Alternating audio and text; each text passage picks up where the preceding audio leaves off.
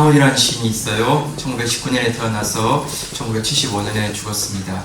56년의 고통스러운 삶을 살아간 문둥병자 시인이었습니다.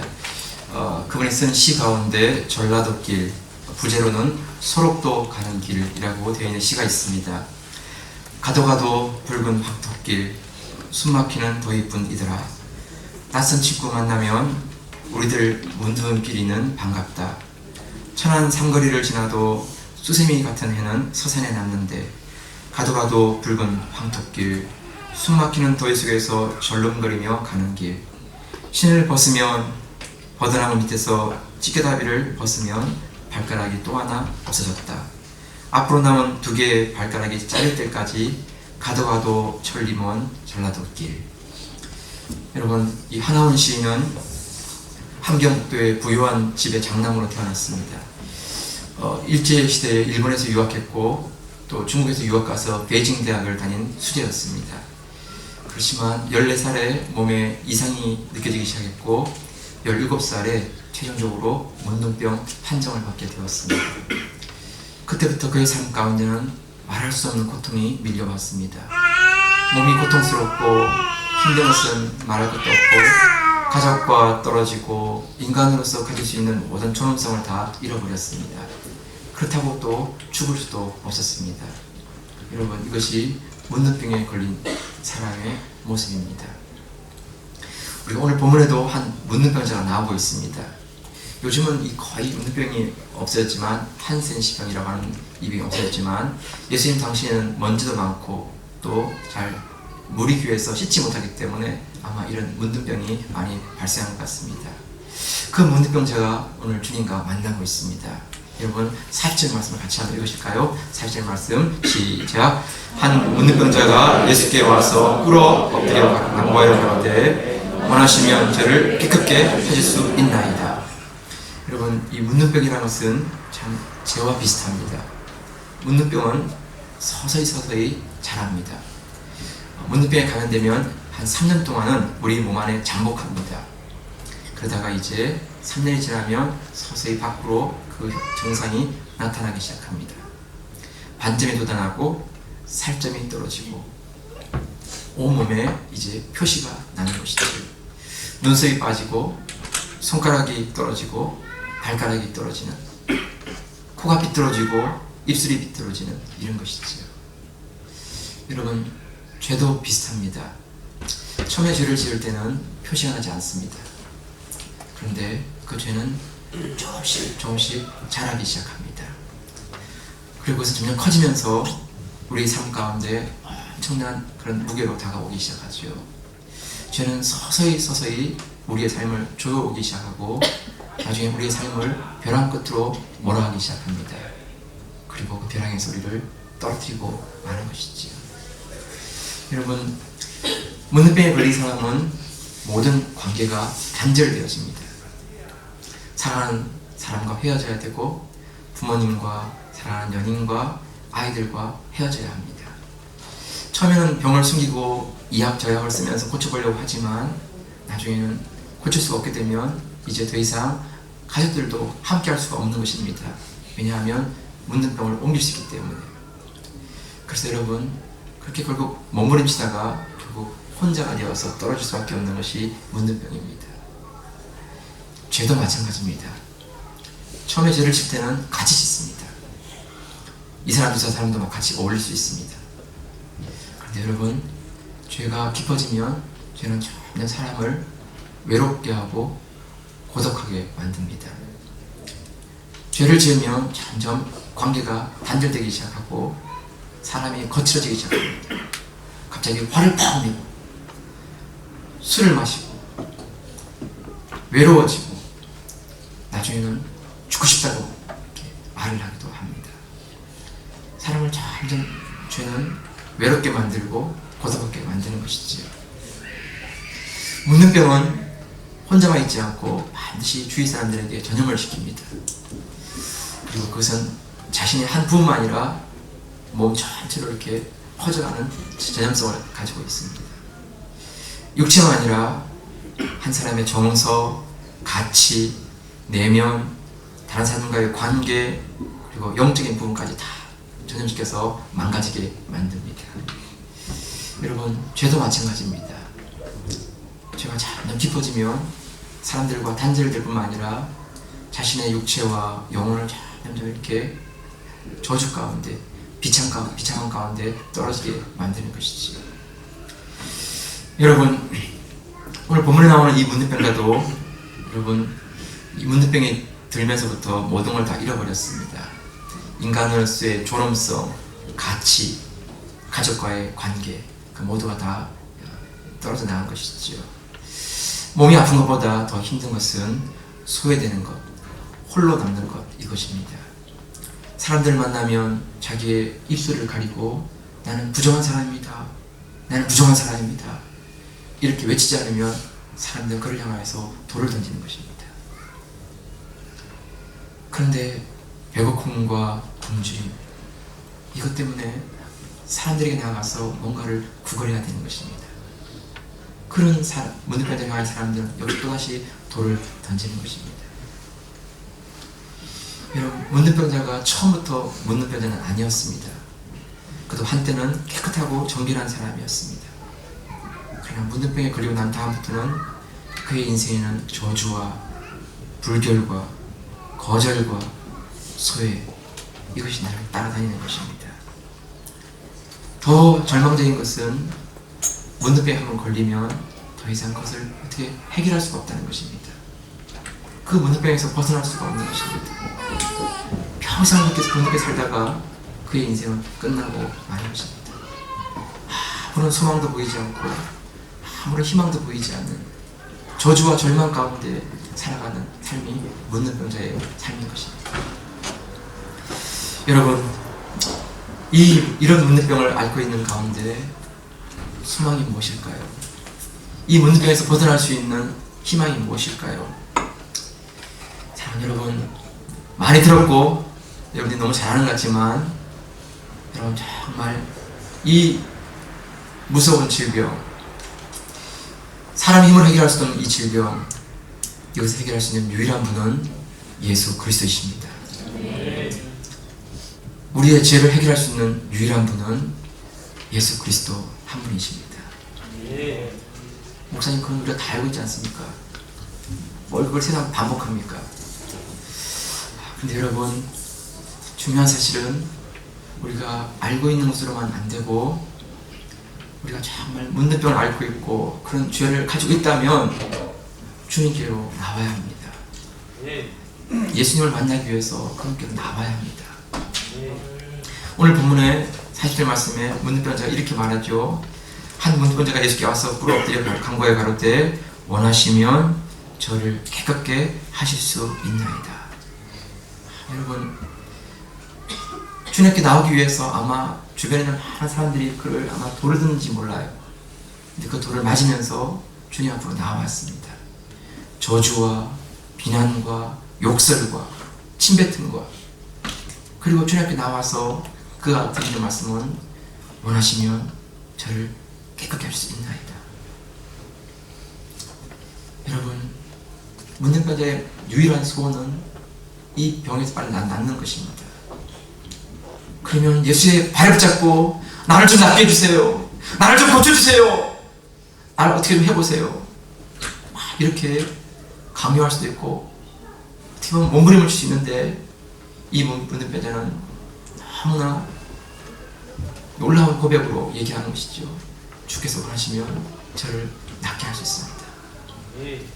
여러분, 결코 하나님 앞에 강요하고 때를 쓰고 어떤 무료를 행사하고 이러지 않습니다. 정말 겸손한 가운데 나를 치료할 수 있는 유일한 분이 당신이신데 원하시면 나를 좀 낫게 해주옵소서. 말씀 한마디로 안전병을 일으키고 소경의 눈을 뜨게 하신 당신이신데 내 질병을 낫게 해주옵소서. 여러분, 정말 예수님 앞에 겸손함과 낮아짐으로 나와서 말씀드리고 있는 것입니다. 우리가 신앙생활 하면서 우리가 머리로 알고 있지만 우리가 주님께 말씀드릴 때는 참 우리는 얼마나 하나님 앞에 완력을 쓰고 강요하고 때를 쓰는지 모릅니다. 내 말대로 안 하면 나 안 믿어요. 이럽니다. 네. 하나님 이거 안 도와주시면 나 화낼 거예요. 이럽니다. 여러분 정말 우리가 얼마나 무례한지 모릅니다. 하나님께 자기 고집과 자기 생각 가운데 하나님이 자기를 따라와 주지 않으면 하나님을 던져버리고 끊어버리겠다, 이런 태도로 하나님께 얘기하는 것입니다. 근데 묻는 편자는 그렇지 않습니다. 정말 원하시면 나를 깨끗게 할 수 있나이다. 여러분, 우리가 주님께 나와서 이렇게 말씀드린다는 게 쉬운 것 같은데 쉽지 않아요. 겉으로는 다 얘기하죠. 그런데 우리 마음속 깊은 곳에는 그거를 들춰내고 끄집어내지 못하는 그런 부분들이 있어요. 그래서 죄를 고백하다가도 어느 순간, 결정적인 순간이 되면 싹 덮어버리는 것이죠. 옆으로 살짝 비키는 것이죠. 자기의 그 은밀한 숨겨진 것, 그것은 얘기하지 않는 것이죠.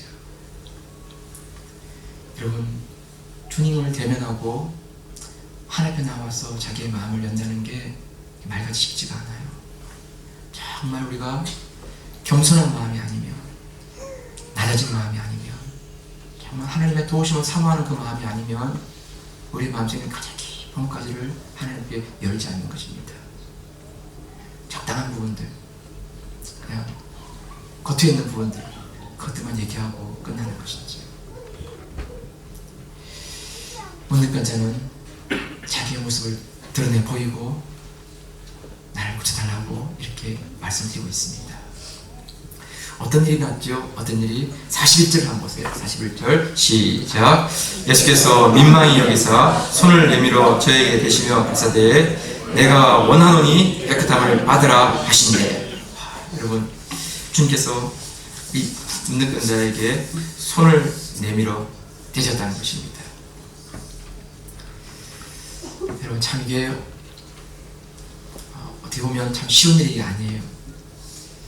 그냥 말씀 한마디로 얼마든지 고칠 수 있는 분이시지만 이 묻는 편자에게 손을 내밀어 되시는 것이지요.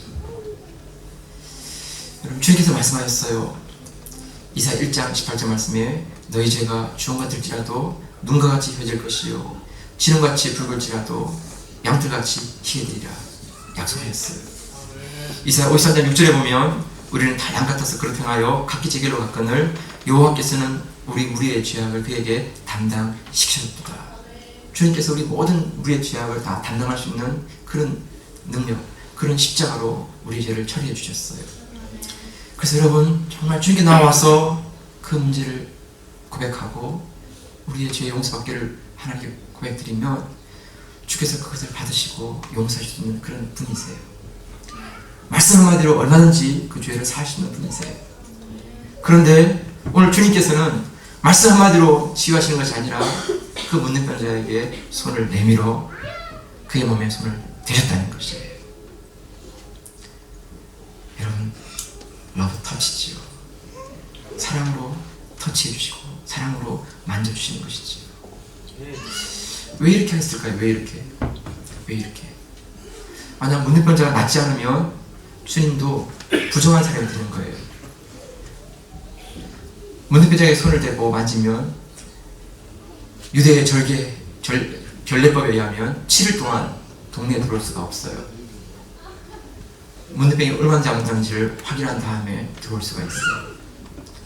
아니, 그 바쁘시고 지금 할 일이 많으신 주님께서 그 묻는 병에 손을 대셔서 만약에 그 묻는 병이 낫지 않았다 그 순간, 그러면 주님께서도 부정한 사람이 되어서 밖에 나가 계셔야 되는 거예요. 그럼에도 불구하고 그 묻는 편자에게 손을 대셨어요. 만지셨어요. 이유가 뭘까요? 이유가 여러분, 묻는 병자, 실패한 자, 낙심된 자는요, 그냥 내가 병에 걸렸어, 내가 사업에 실패했어, 이 정도가 아니에요.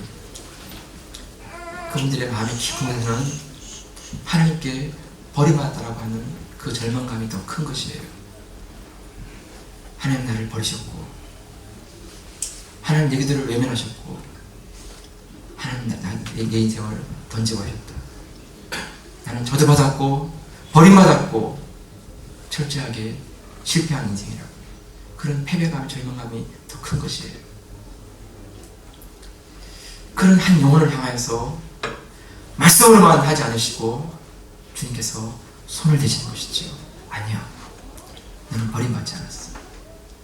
너는 실패한 인생이 아니야. 너는 저주받은 인생이 아니야. 변함없이 내가 너를 사랑하고, 내가 너를 축복하고, 내가 너를 기억한다 하시는 것을 전하시기 위해서 그의 몸에 손을 대신 것이지요. 사랑하는 성도 여러분, 우리 삶 가운데 어떠한 순간에는 정말 깊은 어둠이 내 영혼을 덮칠 수가 있어요. 기도해도 아무 응답이 없는 것 같고, 몸부림을 쳐도 하나님의 아무 사인이 없는 듯,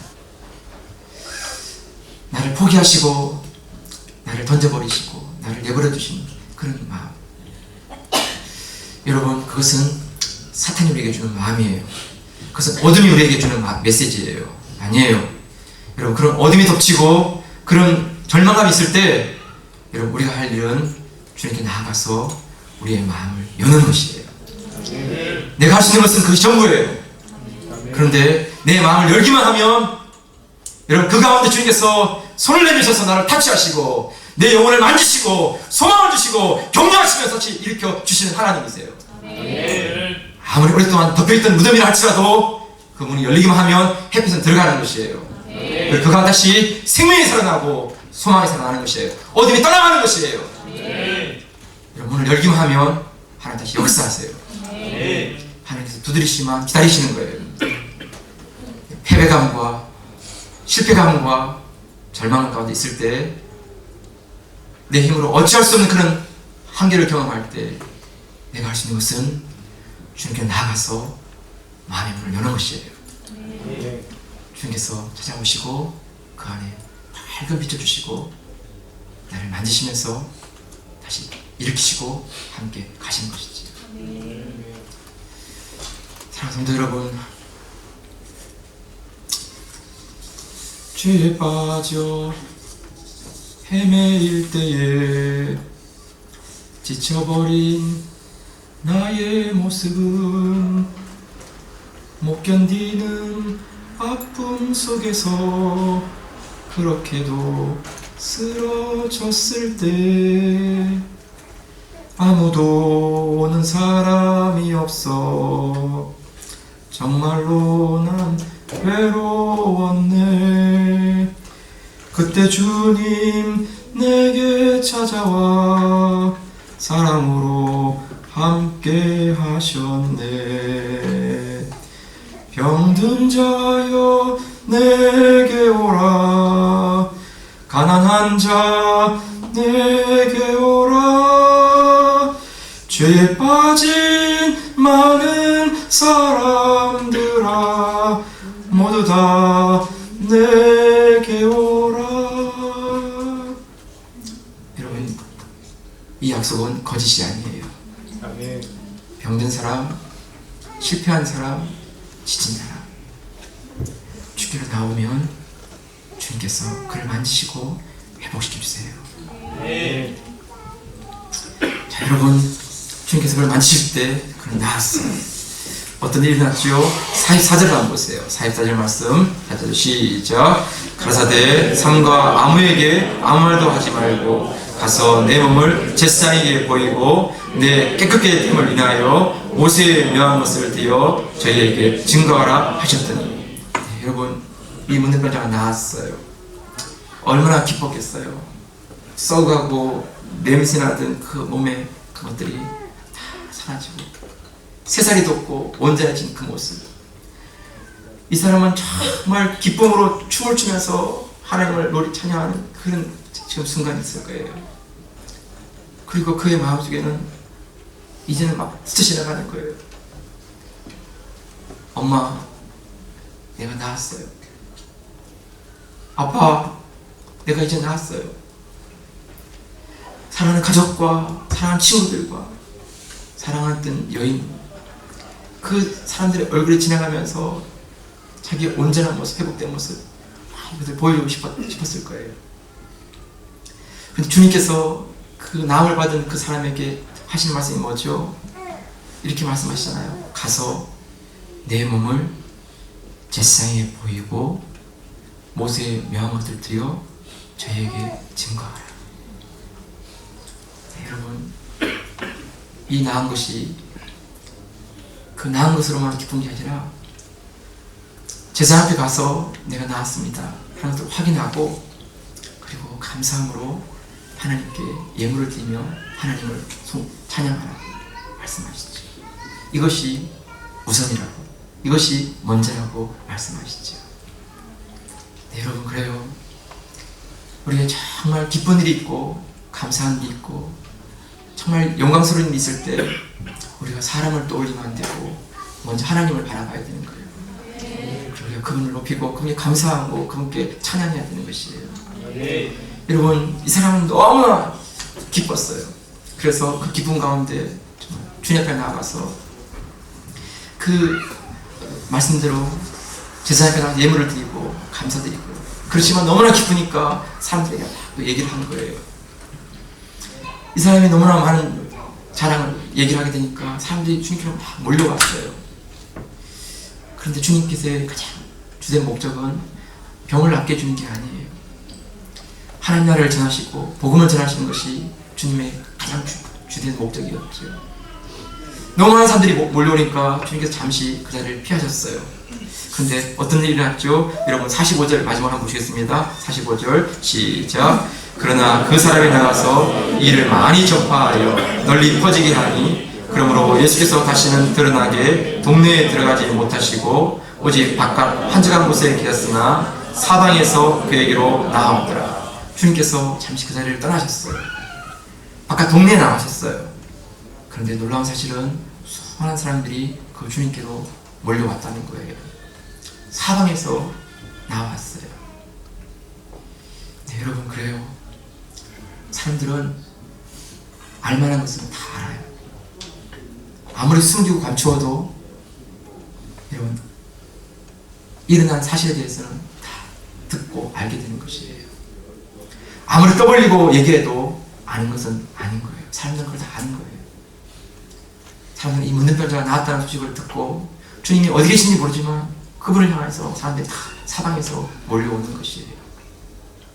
은혜가 있고 치유가 있고 회복이 있고 생명이 있으면 사람들은 그 가운데 나오는 것이에요.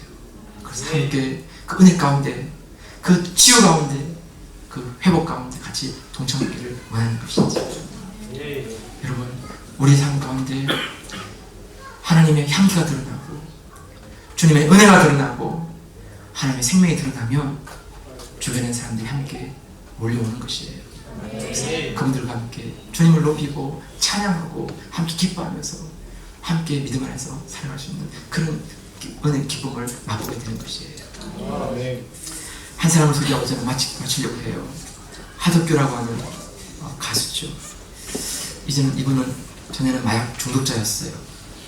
깨어진 가정에서 자라면서 어린 시절 받은 상처 때문에 현실에 잘 적응을 못했어요. 머리를 기르고 청바지를 입고 대마초를 피우고. 근데 여러분, 이렇게 살아가는 삶 가운데 자신에게 드는 질문이 뭐냐면, 나는 누구인가? 나는 도대체 왜 사는가? 이런 물음이었어요. 아무리 질문해도 이 질문에는 만족할 만한 답을 얻지 못했어요. 그렇게 방황하는 가운데 마지막으로 찾게 된 것이 마약이었어요. 마약을 맞고 있는 동안, 그 동안 잠시 동안 위안이 있었어요. 그런데 마약이 떨어지면 금단 증세가 찾아오고 더 심한 그 공허함이 찾아오면서 하염없이 눈물을 흘리는 삶을 살았습니다. 다시는 하지 말아야지 하면서도 또 외롭고 힘들면 다시 마약을 맞는 거예요. 그렇게 생활하는 가운데 몸은 완전히 망가지고 마약으로 인해서 현실에 대해서 부정을 하게 되고 친구들도 주변의 사람들도 다 떠나가버린 그런 사람이 되었습니다. 세상이 너무나 추워 보였고 세상은 너무나 슬퍼 보였어요. 어느 겨울날 거의 다 죽게 된 그런 가운데 겨우겨우 찾아간 곳이 교회였어요. 이대로 살면 이제는 죽을 것 같아서 마지막 살고 싶은 심정으로 찾아간 곳이 교회였어요. 몸은 허약할 대로 허약하고 몸에서는 더러운 냄새가 나고 조그만한 교회당에 들어가서 고백한 첫 마디는 이 말이었어요. 어릴 때 들었던 그 하나님 나 좀 살려주세요. 하나님 나 좀 도와주세요. 한쪽 구석에 있는 온풍기에 몸을 쪼그리고 앉아서 있는데 그렇게 눈물이 나왔어요. 지나간 삶에 대한 죄악된 모습이 떠올라서 그것들 하나씩 이렇게 고백하게 되었고, 그리고 그걸 고백하면서 눈물금을 쏟으면서 거의 울기 시작했어요. 그렇게 울고 있는 어느 순간 주님께서 십자가에서 자기를 위해 죽었다는 사실이 마음 가운데 믿어지고 내 모든 죄를 주님께서 다 용서해 주셨다는 그런 평안함과 기쁨이 그 마음 가운데 찾아왔어요. 그렇게 몇 시간 동안 울고 이제 새벽이 되어서 교회를 나오는데 그 기도하고 울고 나온 그 세상의 모습은 이전과는 너무나 달랐어요. 세상이 춥지 않았어요. 여전히 추운 겨울 날씨지만 춥지 않았어요. 나무도 노래하고 새들도 노래하고 햇빛도 노래하는 그런 느낌이었어요. 그동안 너무나 먼 길을 돌아온 가운데 다시 나온 것이에요.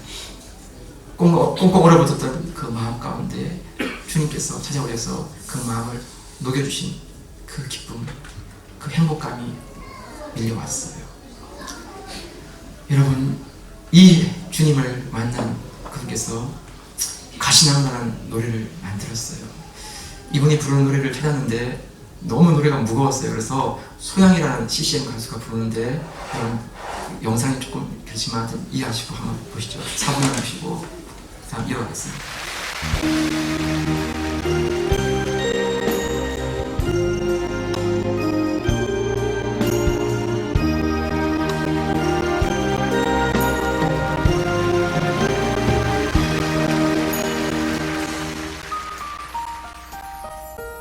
내 속에 내가 너무도 많아. 당신의 쉴 곳 없네. 내 속에 헛된 바람들도 당신의 편할 곳 없네. 내 속에 내가 어쩔 수 없는 것도 당신의 쉴자리를 뺏고, 내 속에 내가 이길 수 없는 슬픔, 무성한 가시나무 숲 같네.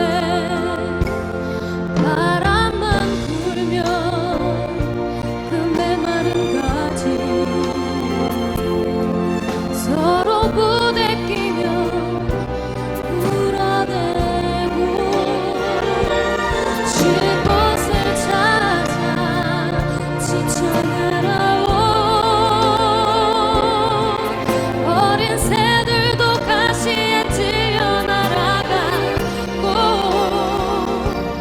바람만 불면 외롭고 또 괴로워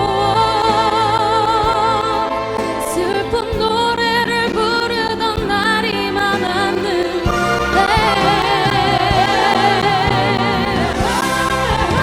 내 속에 내가 어쩔 수 없는 어둠, 당신의 쉴자리를 뺏고,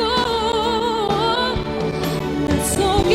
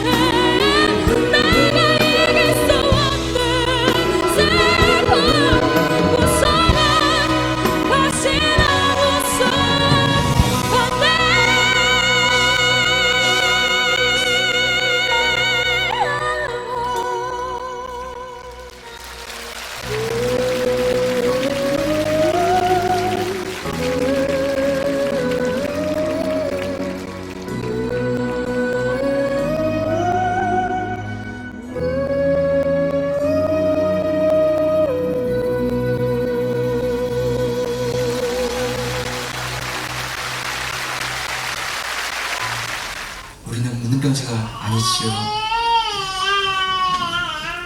그렇지만 문둥병자와 똑같은 삶을 살 수 있습니다. 문둥병은 통증이 없습니다. 아픈 것을 알지 못하는 것이죠. 우리가 신앙생활을 하는데 하나님의 은혜에 대해서 아무런 통증이 없고 하나님의 은혜에 대한 아무런 사모함이 없고 하나님의 구원의 기쁨에 대한 아무런 감격이 없다면 여러분 우리는 영적인 문둥병을 앓고 있는 것입니다. 내 삶은 점점 외로워지고 고립되어지고 어둠 가운데 절망 가운데 좀 내가 살아가는 것이지요. 사랑하는 성도 여러분, 우리가 마음을 열고 주님께 나와서 은혜를 사모하는 삶을 살면 좋겠습니다. 우리 손을 내어밀고 하나님의 도우심을 구하는 삶을 살면 좋겠습니다.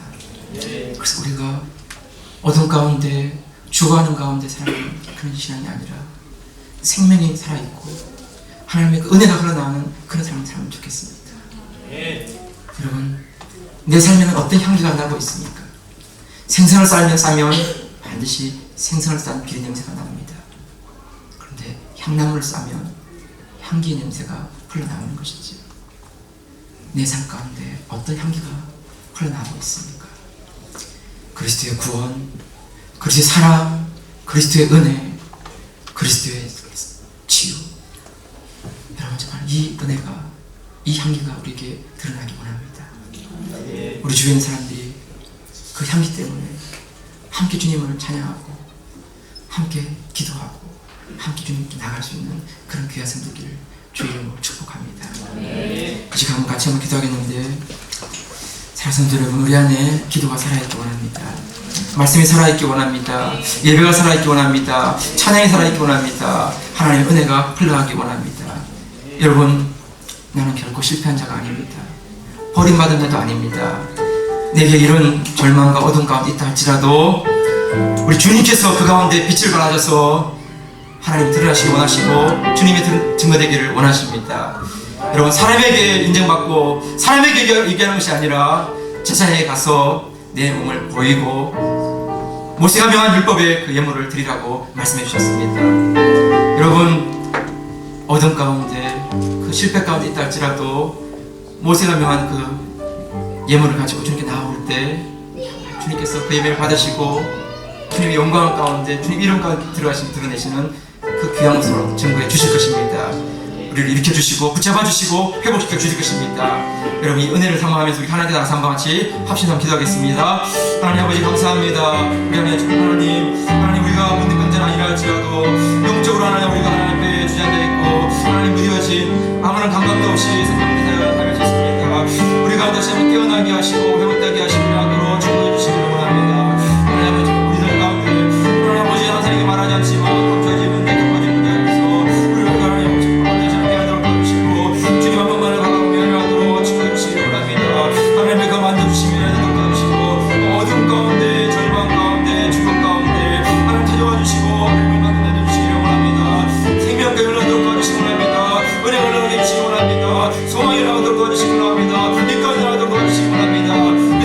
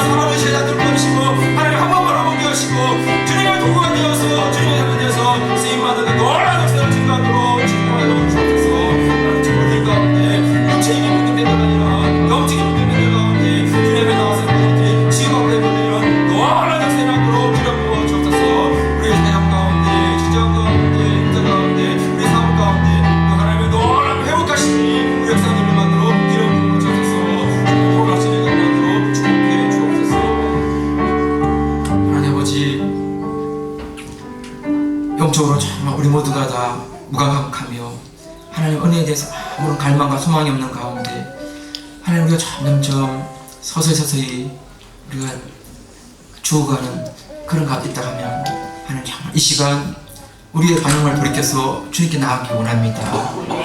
우리를 살려주시고 우리를 회복시켜 주시고 우리를 만져주시옵소서. 우리의 믿음 다시 깨어나게 하시고 우리의 감각이 다시 살아나게 하시고 그래서 다시 한번 우리가 하나님의 그 사랑의 러브터치로 말미암아 다시 우리 영혼이 힘을 얻도록 축복해 주옵소서. 하나님 아버지 세상에 그냥 밀려가고 끌려가는 그런 삶이 아니라 세상을 거듭나갈 수 있는 힘을 더하여 주시고 말씀을 따라서 하나님의 기도를 따라서 은혜를 따라서 하나님 향해 나갈 수 있는 그런 믿음의 상대로 축복해 주시옵소서. 하나님 아버지 사람에게 인정받고 사람에게 보이고 사람의 증거받는 것이 아니라 제 앞에 나아가서 하나님 모세라며 만들법을 드리면서 하나님의 그 회복하신 분과 인정하신 앞에 다시 우리가 하나님을 높이며 찬양하며 하나님의 그 예배한 자리 될 수 있도록 축복해 주옵소서. 우리 어디에 물러가게 하시고 우리의 패배와 실패가 물러가도록 도와주시고 우리의 저주와 죽음이 물러가도록 축복하여 주옵소서. 하나님 아버지는 그리스도와 함께 살아가는 생명이 있게 하시고 향기가 나게 하시고 은혜가 나게 하시고 진리가 성공되도록 축복하여 주옵소서. 내 주위의 사람들을 생명 가운데 인도하도록 도와주시고 빛 가운데 나오도록 도와주시고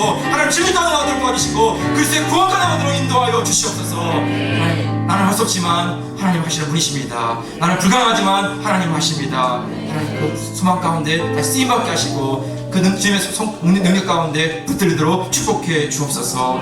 하나님 내 영혼을 축복해 주시고 내 삶을 축복해 주옵소서. 가정을 축복해 주시고 학업을 축복해 주시고 직장을 축복해 주시고 교회를 축복하여 주옵소서. 그래서 하나님 우리가 섬기는 모든 자리에 다시 생명의 싹이 움트게 하시고 생명의 삶이 살아나도록 축복해 주옵소서. 그래서 향기가 흘러나고 그래서 생명이 흘러가는 귀한 인생 복된 인생으로 기름 부어 주옵소서. 감사드렸고 예수님의 이름으로 기도합니다. 아멘.